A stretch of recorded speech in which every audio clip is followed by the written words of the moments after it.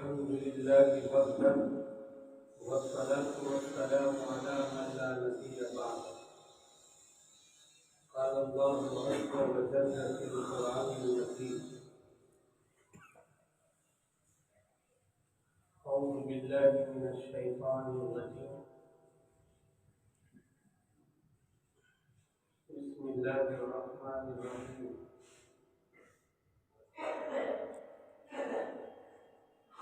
يا أيها الذين آمنوا أطيعوا الله وأطيعوا الرسول.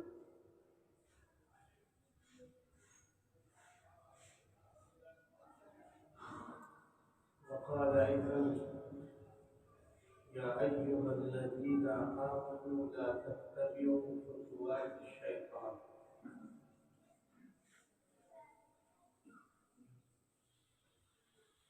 وقال أيضا: إن الشيطان للإنسان عدو مبين.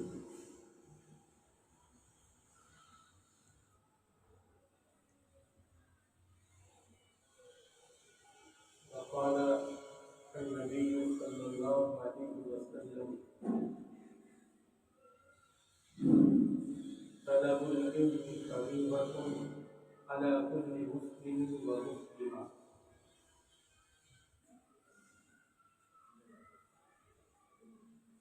حاضرین گرامی، عزیزان ملت، اہلیان محلہ، عزیز ساتھیوں اور دوستوں، گزشتہ میں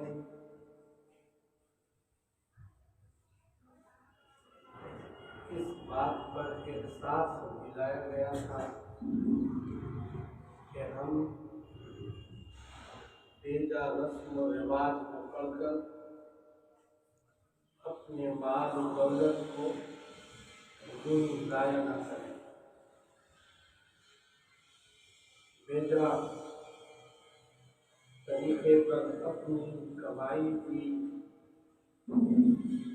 رقم کو یوں ہی برباد نہ کریں۔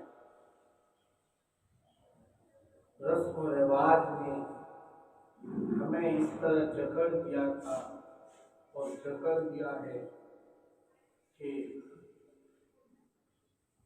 ہم اس موقع پر ایمانیات اور پیارے رسول صلی اللہ علیہ وسلم کا طریقہ کھو بیٹھتے ہیں، اور اس وقت یہ فکر بھی نہیں ہوتی کہ میرے رسول محبوب علیہ السلام کے طریقے میں جو کامیابی چھپی ہوئی ہے اسے ہم ضائع کر رہے ہوتے ہیں اور کھلا برباد کر لیتے ہیں۔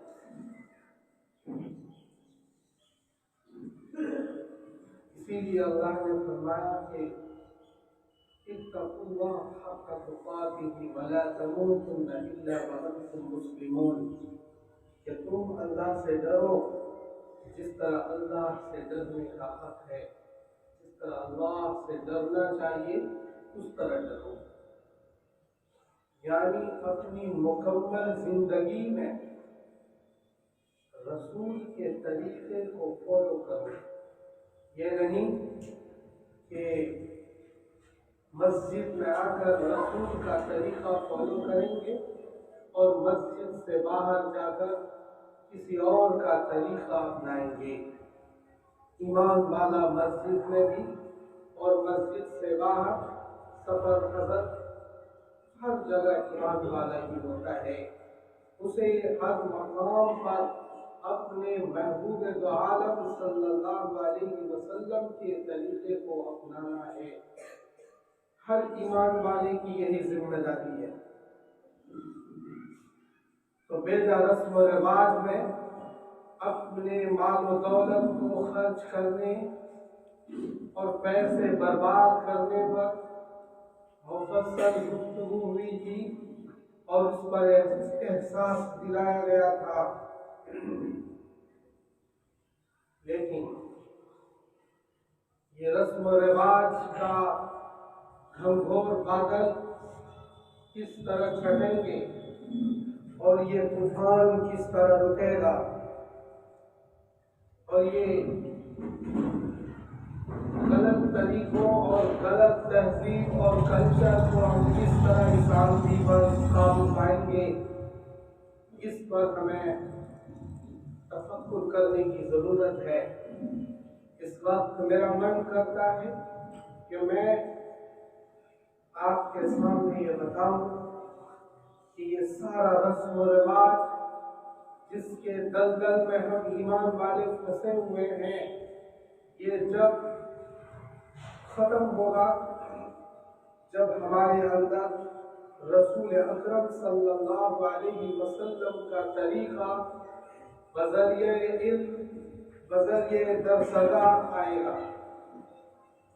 علم کے ذریعے جب ہمارا ایمان پختہ ہوگا، جانکاری ہمیں جھنجھوڑے گی، علم ہم سے مطالبہ کرے گا اور ایمان کو جگائے گا، تو رسم و رواج ٹوٹیں گے، شیطان کی کمر کمزور ہوگی اور وہ ٹوٹے گی۔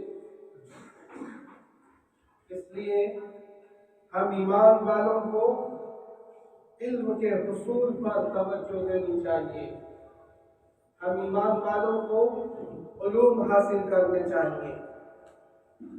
میں نے اپنی نظروں سے دیکھا کہ جو لوگ بہتر طریقے پر علم کے ساتھ تربیت بھی حاصل کرتے ہیں، ان کے یہاں رسم و رواج کم پایا جاتا ہے۔ یا تو یہ رسم و رواج اور مغربی کلچر اس لیے پنپتے ہیں کہ ہمارے بیچ علم نہیں ہے، یا پھر اس لیے پنپتے ہیں کہ علم کے ہوتے ہوئے ہماری تربیت نہیں ہوتی۔ اس تربیت کے فقدان کی وجہ سے ہم غلط طریقے کو اپناتے ہیں۔ میں نے اپنی نگاہوں سے دیکھا کہ لوگ پیسے کماتے ہیں اور اسے بے دردی سے برباد کر دیتے ہیں، اور اسے ذرہ بھی رحم نہیں آتا ان پیسوں کو برباد کرنے میں، شامیانوں میں اور چمک دھمک میں، غلط چیزوں میں۔ اور آج کل ہماری پارٹیوں اور ہماری تقریب میں یہ فخر کے طور پر درشایا جاتا ہے کہ ہماری شادی میں کھانے 30 طرح کے تھے، یا 35 قسم کے کھانے تھے، یا 40 قسم کے کھانے تھے۔ اگر کسی چودھری نے 35 قسم کا کھانا بنوایا اپنی بیٹی یا بیٹے کی شادی میں، تو دوسرا چاہتا ہے کہ میں اس سے آگے بڑھ کر کچھ اور ایکسٹرا چیزیں بنواؤں، اور ریکارڈ توڑنا چاہتا ہے۔ جب ریکارڈ توڑنے کا عزم ہمارے دلوں میں پنپتا ہے، تب ہم اپنے محبوب کو بھول جاتے ہیں، ان صحابہ کو بھول جاتے ہیں جنہوں نے دن و رات قربانی پیش کی، جنہوں نے گردنیں کٹائی، جنہوں نے دھوپ کی تپش برداشت کر کے ہم تک علوم کو پہنچایا اور محبوب کی حدیث پہنچائی۔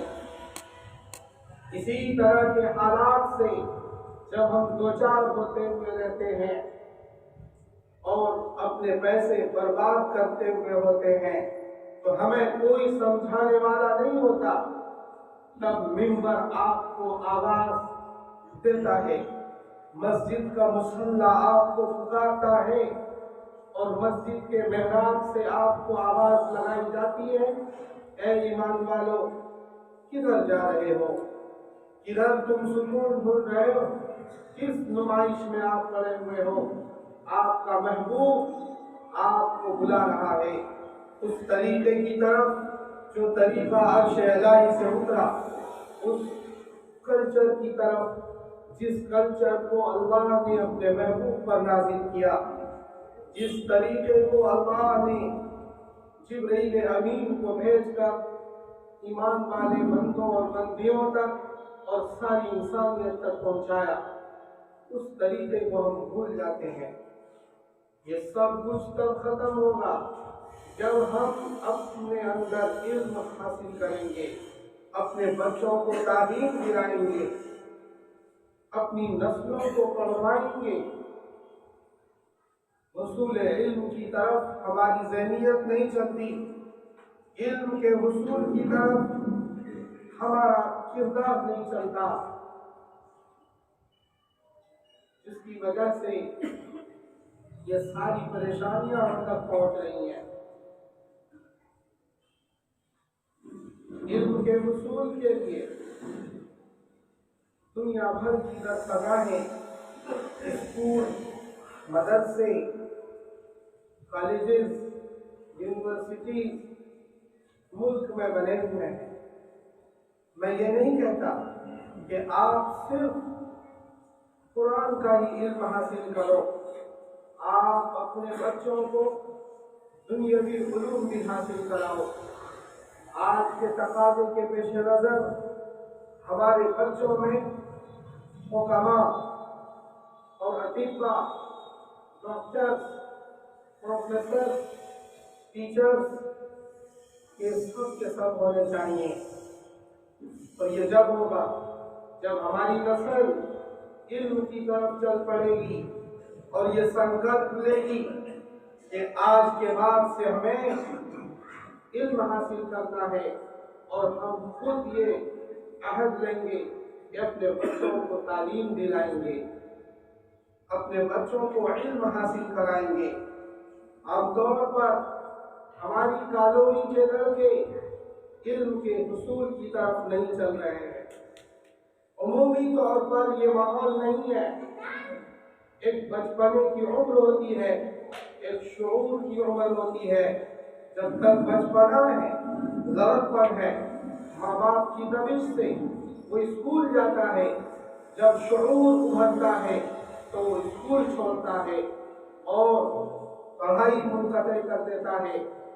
کتنے بچے ہماری کالونی کے گٹکے کے پان کی دکان پر سائیکل کی ٹائر کے پنچر کو ٹھیک کرنے کے لیے لگے ہوئے ہیں۔ کتنے لڑکے ہماری نسلوں کے، ہماری آبادی میں رہنے والے بریانی بنانے میں لگے ہوئے ہیں۔ کتنے لڑکے کارپینٹر کا کام سیکھنے جا رہے ہیں۔ کتنے لڑکے جس کی عمر 10، 12 سال، 15 سال کی ہے، وہ کسی ویلڈنگ والے کے پاس جا کر ویلڈنگ کا کام سیکھ رہے ہیں۔ کتنے لڑکے گیریج میں جا کر موبل اور آئل سے لت پت ہو کر میکینیکل کام سیکھ رہے ہیں۔ یہ آپ کا منصب اور آپ کا یہ راستہ نہیں ہے۔ آپ کا راستہ اس سے بھی بہتر راستہ ہے، یعنی علوم کے حصول کا راستہ۔ پہلے علم حاصل کیا جائے گا، اسی لیے ساری انسانیت کو درس دینے کے لیے، ساری انسانیت میں پیغام پہنچانے کے لیے غار حرا میں جو آیت اتری وہ تعلیم کی بنیاد پر اتری، اور اس کا پس منظر ان آیات میں جو خاکے بیان کیے گئے وہ علم کے حصول کی ہے، اور اس میں کتابت اور علوم کا حصول یعنی لکھنا پڑھنا دونوں مضمون اللہ تعالیٰ نے بیان کیا کہ لکھنا بھی سیکھو، پڑھنا بھی سیکھو۔ آج ہماری نسلوں کے بے شمار بچے اس کے باوجود کہ ہمارے شہر دلی کے اندر اسکولوں کا نظام سرکار نے بہتر کیا ہے، اس کے باوجود کہ اسکولوں پر نگرانی بڑھائی گئی، اس کے باوجود کہ کلاس میں انتظامات بڑھائے گئے، ہمارے بچے برباد ہو رہے ہیں۔ آج اگر کوئی اس کالونی میں رہنے والا یہ عذر پیش کرتا ہے کہ اسکول نہیں ہے، کہاں ہم پڑھائیں، پیسہ نہیں ہے، کدھر ہم اپنی اولاد کو بھیجیں، تو یہ عذر لنگ ہے، کمزور ہے، اس عذر سے ہمارا کام چلنے والا نہیں ہے۔ سرکاری اسکول، کالجز آپ کے بازو میں جامعہ ملیہ اسلامیہ یونیورسٹی موجود ہے، آپ کے شہر میں دلی یونیورسٹی موجود ہے، آپ کے شہر میں JNU یونیورسٹی موجود ہے.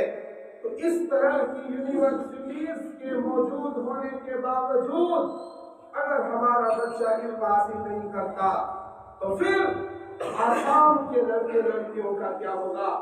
بنگال کی کھاڑی میں رہنے والی بچیوں کا کیا ہوگا؟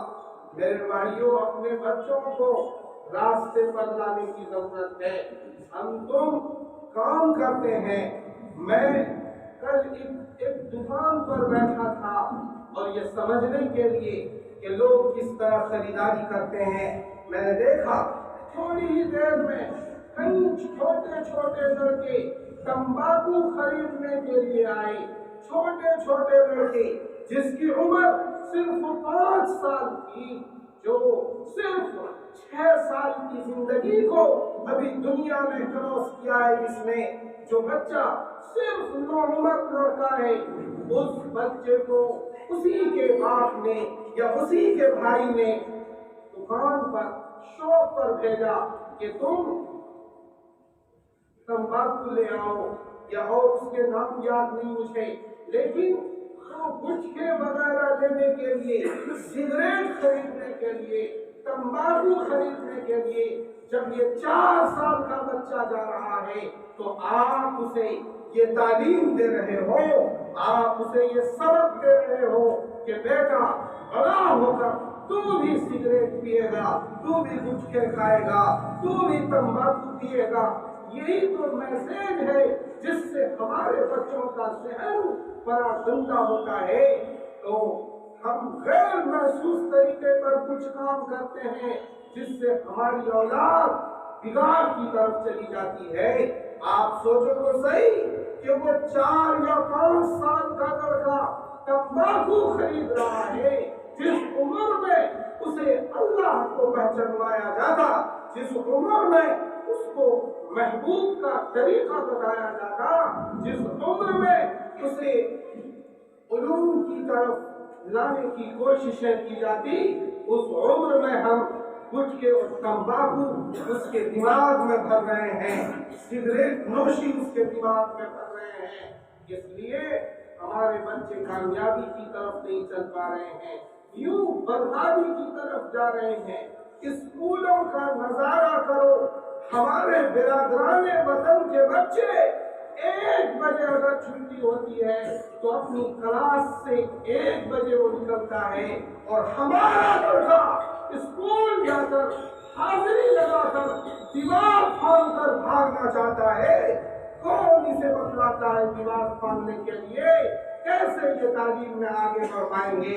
کیسے یہ علوم حاصل کر پائیں گے؟ ایسے میں بربادی ہمارا مقدر بن جائے گا. اس لیے ہمیں اپنے بچوں کو علم کی طرف لانے کی ضرورت ہے. کالونی کا سروے کرو، بچے کس طرح بربادی کی طرف جا رہے ہیں، اور ماں باپ اسکول بھیجتے ہیں اور پھر اس کی تربیتی پہلو کے پیش نظر اس کی کوئی دیکھ ریکھ نہیں کرتے. مہینوں گزر جاتا ہے، اس کی کاپی اٹھا کر نہیں دیکھتے. 6 مہینے گزر جاتے ہیں، کبھی بیٹے سے یہ نہیں پوچھتے کہ آج انگلش والے ٹیچر نے کون سا گرامر تجھے بتایا تھا، یا اگر پڑھا لکھا نہیں ہے تو وہ اس کی کتاب کو نہیں اٹھا کر دیکھتا. کم سے کم اس بچے سے یہ تو پوچھا جا سکتا ہے کہ بیٹے تم نے آج کیا کیا پڑھا، تیرے استاذ نے آج کیا کیا بتایا. اس کی کوئی نگرانی ہم سے نہیں ہو پا رہی ہے. یوں بچے باشعور ہوتے ہی سب سے پہلے وہ اسکول چھوڑتا ہے، اسکول سے بھاگتا ہے. جب ہمارا بچہ اسکول سے بھاگ گیا، اس کا مقدر تاریخ ہو گیا. علم کے بغیر انسان میں اور جانور میں کوئی فرق نہیں رہ جاتا. ہم تم یہ سمجھتے ہیں کہ کمائی کر کے پیٹ بھر لیں گے. پیٹ تو جانور بھی بھرتا ہے، پیٹ تو دنیا کی ہر مخلوق بھرتی ہے. پیٹ بھرنے کے لیے ہم دنیا میں نہیں بھیجے گئے. آپ کو اللہ نے اشرف المخلوقات بنایا.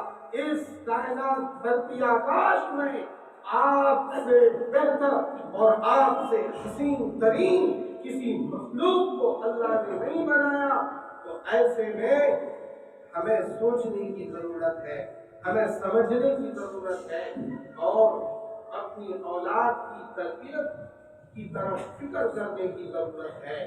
یہ تو دنیاوی علوم کے حالات ہیں کہ ہمارے بچے اسکولوں تک نہیں پہنچ رہے، 12ویں تک نہیں پہنچ پا رہے ہیں۔ آگے کسی نے بھولے سے 12ویں کر دی تو آگے کی پڑھائی اسٹاپ کر دیتے ہیں، وہ گریجویشن نہیں کرتا، ایم فل ایم اے نہیں کرتا، وہ اور پی ایچ ڈی کی ڈگریاں نہیں لینا چاہتا، یا اس کے علاوہ دیگر شعبہ جات جو انجینئرنگ کے حساب سے بہت سے شعبے کھلے ہوئے ہیں، اس کے اعتبار سے وہ آگے بڑھنا نہیں چاہتا۔ آپ برادران وطن کے بچوں کو دیکھو، راتوں کو اٹھ کر 3 بجے رات میں اٹھ کر وہ لوگ محنت کر رہے ہیں، اپنی اولاد کو اٹھاتے ہیں۔ آپ ملک کا نظارہ تو دیکھو کہ وہ کتنی کامیابی کی طرف جا رہے ہیں اور ہم کتنی پستی کی طرف چلے جا رہے ہیں۔ ایسے میں ہمیں علم حاصل کرنا ہوگا۔ دلی کی سرزمین پر رہ کر اگر کسی نے اپنی اولاد کو ناخواندہ رکھا تو وہ پھر محروم القسمت ہے۔ آپ کیپٹل میں رہتے ہو، آپ راجدھانی میں رہتے ہو، ملک کا سارا نظام کسی شہر سے شروع ہوتا ہے۔ ایسے میں آپ کا بچہ ناخواندہ رہے، آپ اسے فیکٹری میں ڈال دو تو یہ ہمارے سمجھ سے باہر ہے۔ آپ کا بچہ تو فیکٹری لیڈ کرنے والا بنے، آپ کا بچہ تو کمپنی لیڈ کرنے والا بنے۔ کمپنی تب لیڈ ہوگی جب ہم علم حاصل کریں گے، فیکٹریاں تب لیڈ ہوگی جب ہم علم حاصل کریں گے۔ اور علوم طرح طرح کے ہیں، جو عصری علوم کے ماہرین ہیں، ٹیچرز ہیں، پروفیسرز ہیں، جو اہل علم حضرات یونیورسٹیز میں پڑھاتے ہیں، ان سے رابطہ کرو، ان کے پاس جاؤ۔ اگر آپ نہیں جانتے ہو تو ان سے صلاح لو، ان سے پوچھو کہ میری اولاد کیسے آگے بڑھے گی، میں کیسے آگے بڑھوں گا، میرا بچہ 4th 5ویں 6ٹھی کلاس میں پڑھتا ہے، اسے میں کیسے آگے بڑھاؤں۔ ان سے مشورے لو۔ جو آپ کی کالونی میں اہل علم لوگ ہیں ان تک پہنچنے کی کوشش کرو تاکہ ہمارے بچے کامیابی کی طرف جائیں۔ یہ عصری علوم میں بھی، دنیاوی علوم میں بھی ہمارے اندر گراوٹ ہے، اور دینی علوم کا تو پوچھنا ہی نہیں۔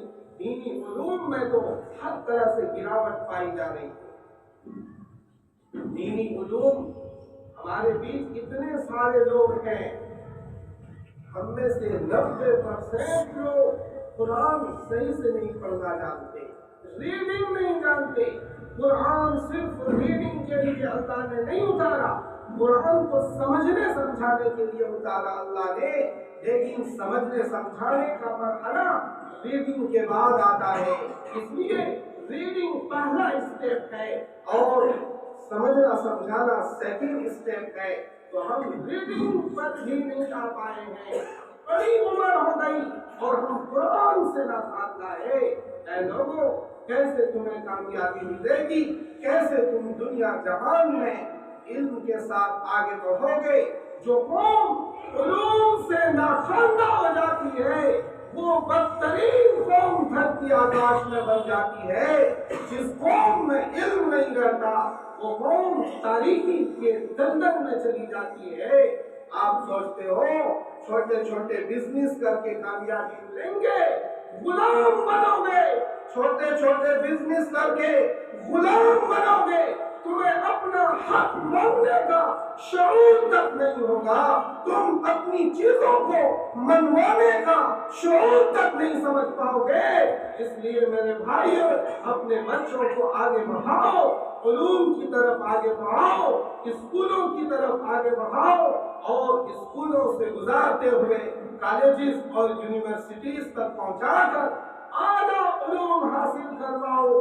آج مجھے پتا چلا کہ ہماری کالونی کی ایک بچی نے پوری جامعہ دلی اور پورے انڈیا کے اندر فرسٹ نمبر حاصل کیا، اور یہاں کی گورنمنٹ نے اسے اٹالین یونیورسٹی میں وہاں پر اپنے خرچ سے بھیجا۔ وہ بچی بھی ہماری کالونی کی ہے، تو ایسے میں ہمارا سر فخر سے اونچا ہوتا ہے، ہمارا سینہ گرو سے باغ ہوتا ہے۔ ہم یہ چاہتے ہیں کہ ایک ایک لڑکا، ایک ایک لڑکی اعلیٰ علوم تک پہنچے، اعلیٰ شعور تک پہنچے، دینی اور دنیاوی دونوں علوم کے اندر کامیابی حاصل کرے۔ ہماری مسجد نے دینی علوم کے لیے ہمارا میدان اسکول کا ہر طالب علم ہے۔ ہمارا پلیٹ فارم یہ ایسا پلیٹ فارم ہے جس میں اسکول کا ہر طالب علم آئے گا اور ہر طالبہ آئے گی، تو ہم انہیں دین سکھائیں گے۔ ایک طرف وہ شاندار دنیاوی علوم سے لیس ہوں گے اور دوسری طرف وہ محمد الرسول اللہ صلی اللہ علیہ وسلم کے طریقے کو اپنائیں گے۔ ایک طرف وہ کالجز میں وہاں کے فارمولے سیکھیں گے اور دوسری طرف ان کا سینہ قرآن کی تلاوت سے باغ ہوگا۔ ایک طرف وہ دنیا کے شعبوں میں پہنچیں گے اور دوسری طرف وہ اس خلیفہ ثانی کی تاریخ پڑھیں گے جن کے بغیر دنیاوی تاریخ کا حصہ ادھورا ہوتا ہے، یعنی عمر ابن خطاب رضی اللہ تعالی عنہ، جنہوں نے اپنی 12 سال کی حکومت کی اور اپنی خلافت کے زمانے میں انہوں نے 22 لاکھ مربع میل پر ایک امن پسند حکومت قائم کر کے دکھایا، جس میں بھیڑ اور شیر اور بکری ایک ہی گھاٹ سے پانی پیا کرتے تھے، اتنا امن کر کے دکھایا۔ میرے بھائیوں، ان بچوں کو کوئی سب تاریخ پڑھانے کی ضرورت ہے تو ایک طرف وہ عثمان غنی، علی حیدر کرار اور حسنین شہدائے کربلا، شہدائے احد، شہدائے بدر، شہدائے غزوہ خندق کی تاریخ کو پڑھیں گے، اور دوسری طرف ان کے ملک، ان کے دلوں میں اپنے ملک کی محبت جاگ اٹھے گی، اپنی سرزمین کی محبت جاگ اٹھے گی، اور اپنے ملک کے لیے ہمارے بچے قربانی دیں گے، جو ہمارے ملک کے تقاضے ہیں اس کو پورے کریں گے۔ تو ایسے حالات میں اپنے بچوں کو آگے بڑھانے کی ضرورت ہے، دینی اور دنیاوی دونوں علوم سے لیس کرنے کی ضرورت ہے۔ اس پوری کائنات میں جب سے اسلام آیا تب سے اسکول، مدرسے، درسگاہیں چل رہی ہیں، لیکن جب 1857 کا غدر ہوا اس کے بعد 3 سال کا ایسا وقفہ گزرا، ہمارے صرف یو پی صوبہ پر 3 سال کا وقفہ ایسا گزرا کہ یو پی کے اندر یہ انگریزی گورنمنٹ نے وارنٹ جاری کر دیا تھا کہ ہر لمبے کرتے والے کو، ہر داڑھی ٹوپی والے کو پکڑو اور شوٹ کر دو اور انہیں ختم کر دو۔ یہ عام اعلان تھا، اور 3 سال میں 10,000 مولویوں کو تحقیق کیا گیا، انگریزی افسروں اور ان کی فورس اور آدمیوں کے ذریعے۔ صرف یو پی کے اندر 3 سال کے اندر 10,000 علماء کو تحقیق کیا گیا، اور یہ سمجھ کر کہ اگر اس ملک میں انگریزی اور برٹش گورنمنٹ قائم رہ سکتی ہے تو وہ صرف اس بنیاد پر رہ سکتی ہے کہ علماء اور یہ لمبے لمبے کرتے والوں کو اس دھرتی سے مٹا دو۔ برٹش گورنمنٹ کو کوئی اس کے سامنے نہیں آ سکتا، اور برٹش گورنمنٹ کا کوئی مقابلہ نہیں کر سکتا۔ اگر اس دھرتی پر کوئی مقابلہ کرنے والی قوم ہے تو وہ یہی لمبے لمبے والے ہیں وہ دیکھو علامہ رشید احمد گنگوئی کو جب سہارنپور کی جیل میں لایا گیا اور کورٹ بھیجا گیا، مقدمہ چلایا گیا، تو علامہ رشید احمد گنگوئی کو جب چیمبر میں کھڑا کر دیا گیا اور جج سامنے بیٹھا تھا انگریز کا، اس نے پوچھا کہ کیا تم نے انگریزی گورنمنٹ کے خلاف جنگ میں حصہ لیا؟ تم نے لڑائی لڑی؟ لوگے لڑی اور وہ کھڑے تھے شام سے اسی طرح جس طرح بلال کھڑے تھے، اسی طرح کھڑے تھے جس طرح سعد ابن وقاص جنگوں کے اندر کھڑے ہوتے تھے، اسی طرح کھڑے تھے جس طرح محمد رسول اللہ کفار کے سامنے خانہ کعبہ کے دروازے پر کھڑے تھے، اسی طرح عزم اور حوصلے کے ساتھ اس انگریزی جج کے سوال کا جواب دیا، جنگ لڑی تھی اور اس نے پوچھا، حضرت کے ہاتھ میں تسبیح بھی تھی، جو تسبیح کے ساتھ کھڑے تھے، تو سب جج نے پوچھا کہ ہتھیار کیا تھا تمہارا؟ کیونکہ میرا ہتھیار یہ تسبیح کے دانے، سبحان اللہ، الحمدللہ، اللہ اکبر، یہ میرا ہتھیار تھا۔ تو وہ اس افسر جج کے دماغ میں کیا بات آئی ہو نہ جانے، اس نے کہا کہ یہ بری ہے، یہ تو کوئی دیوانہ لگتا ہے، یہ کیسے جنگ کر سکتے ہیں؟ اور یہ نام تھا کہ رشید احمد گنگوئی نے جنگ کی لیڈ کری ہے انگریزوں کے خلاف۔ تو ایسے حالات میں ہمارے اکابر نے اس ملک کو بچانے کی محنت کری، اس ملک کو بچانے کی محنت کری۔ جب یہ 3 سال کے بعد جب علماء مارے جا رہے تھے، عام معافی کا انگریزوں نے اعلان کیا، تو عام معافی کے زمانے میں اس ملک کے تمام کشمیر سے لے کر کنیا کماری تک، مشرق سے لے کر مغرب تک، اس ملک کے علماء جو موجود تھے، ایک ہی بات ان سب کے دلوں میں آئی کہ ایسے ادارے، اب اس ملک میں اسلامک گورنمنٹ کی بقا پاسبل نہیں ہے، تو اب اسلام کی حفاظت کیسے ہوگی؟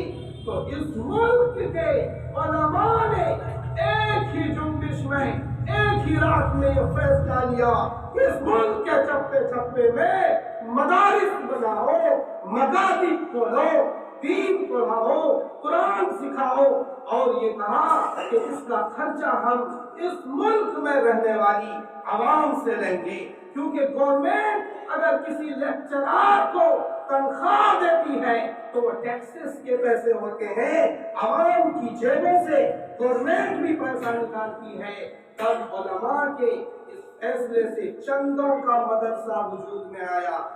اس ملک میں اس سے پہلے اور بیرون ملک میں بھی چندوں کا مدرسہ نہیں تھا۔ آج بھی عرب میں، خلیجی ممالک کے تمام ملکوں میں اور ادھر سیریا میں، تمام مجلس کے علاقوں میں کہیں پر چندوں کا مدرسہ نہیں ہوتا۔ صرف ہمارے ملک بنگلہ دیش تک، برما تک، نیپال تک اور پڑوسی ملک تک، ان ملکوں میں چندوں کے مدرسے کا وجود اس ملک کے علماء کے ذہن میں ایک ہی رات میں آیا اور یہ فیصلہ لیا گیا کہ چندوں کا مدرسہ کھولا جائے، اور آج بھی یہ مدرسے چلتے ہیں، چندوں سے چلتے ہیں۔ دارالعلوم دیوبند کی بنیاد پڑی اور دارالعلوم میں پہلی مرتبہ 12 اسٹوڈنٹ فارغ ہوئے، جس میں اشرف علی تھانوی بھی اس گروپ میں، فضلاء کے گروپ میں تھے، اور ان کی دستار بندی دارالعلوم دیوبند میں ہوئی۔ تو اس طرح سے یہ نظام چلتا رہا ہے۔ اللہ تعالیٰ نے یہ نظام ہمارے ملک میں چلایا ہے، اس لیے ہم اپنے بچوں کو کہاں بھیجیں گے بھائی؟ مسجدوں میں بھیجیں گے، تاکہ وہ کیا سیکھیں؟ قرآن سیکھیں، علم سیکھیں۔ علم سکھانا نہایت ضروری ہے۔ اگر ہم نے نہیں سکھایا تو ہمارے بچے برباد ہو جائیں گے، دین کے اعتبار سے بھی اور دنیا کے اعتبار سے بھی۔ ہم سب یہ عہد کریں کہ اللہ تعالیٰ سے کہ ہم اپنے بچوں کو دینی اور دنیاوی دونوں علوم سے لیس کریں گے انشاءاللہ۔